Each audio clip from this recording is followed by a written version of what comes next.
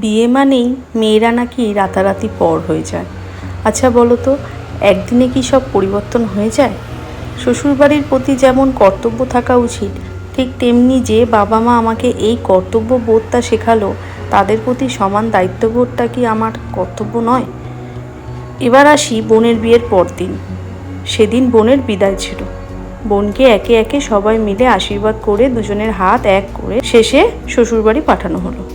অত্যন্ত দুঃখের সাথে মামা মামি এই অন্তিম কাজটাও সম্পূর্ণ করলো। বাড়ি ছেড়ে চলে যাওয়ার মুহূর্তটা এতটা দুঃখের যে উপস্থিত ছোট বড় সকলেরই চোখে জল এসেছিল। নিজের বাড়ি ছেড়ে আসার সেই দিনটি কি আমারও ভোলার মতন? যাওয়ার সময় মন্দিরে ঠাকুর দর্শন করে বোনেরা গাড়িতে উঠল। সবাই আমরা নিচে দাঁড়িয়ে বোনকে টাটা করছিলাম, আর রাস্তাতে রীতিমতো জ্যাম হয়ে গেছিল। সেদিন রাতেই ছিল আবার আমাদের ছোট্ট ভাইয়ের জন্মদিন, তাই কেক কেটে সবাই আমরা ঘুম দিলাম। পরের দিন সকালে আবার তাড়াতাড়ি উঠতে হবে বোনের বাড়ি তত্ত্ব নিয়ে যাওয়ার উদ্দেশ্যে। আজ আমাদের লোক কম হয়ে গেছিল, অথচ তত্ত্বের পরিমাণ এতটাই ছিল যে বাড়িতে রেখে সাজানোর জায়গা হচ্ছিল না। আজ বোনের রিসেপশন কিংবা ভাত কাপড় অনুষ্ঠান, দেখো দুজনকে খুব মানিয়েছে। ওরা যেন খুব খুশি থাকে দুজনে, সেই কামনাই আমরা করি। আমরাও কিছু ফটো তুলে নিয়েছিলাম।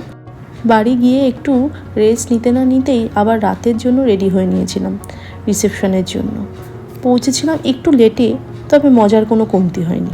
এইদিকে মামি দিদার থেকে পাওয়া এই জামাটি ছেলেকে পরিয়ে দিয়েছিলাম। ছেলে তার দাদু দিদাদের পেয়ে খুব খুশি, তাই তার আনন্দের সীমা মাত্রাহীন। দেখে সেটা বুঝতেই পারছো। সে সময় ঠান্ডা ছিল, বাট আইসক্রিম দেখে সে ওটা খাবে বলে দুষ্টুমি শুরু করেছে। তারপর আমরা পুরো পরিবার মিলে রিঙ্কির সাথে ছবি তুললাম। দিদা দাদু থেকে শুরু করে মাসি মেসো দিদিরা সবাই মিলে ওকে নিয়ে ব্যস্ত, তাই নিজের ছেলের সাথে সিঙ্গেল একটা ছবি তুলবো সেই সুযোগটুকু পাইনি।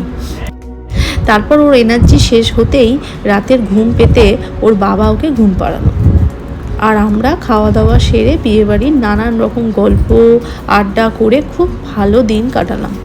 শেষে বোনকে বিদায় জানিয়ে গাড়িতে বাড়ি ফিরলাম সব আনন্দ সেরে।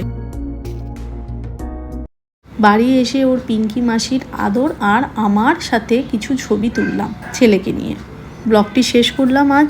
দেখা হবে অন্য ভিডিও নিয়ে। সবাই কিন্তু খুব ভালো থেকো, আর ভালো লাগলে অবশ্যই লাইক করে দিও ভিডিওটি।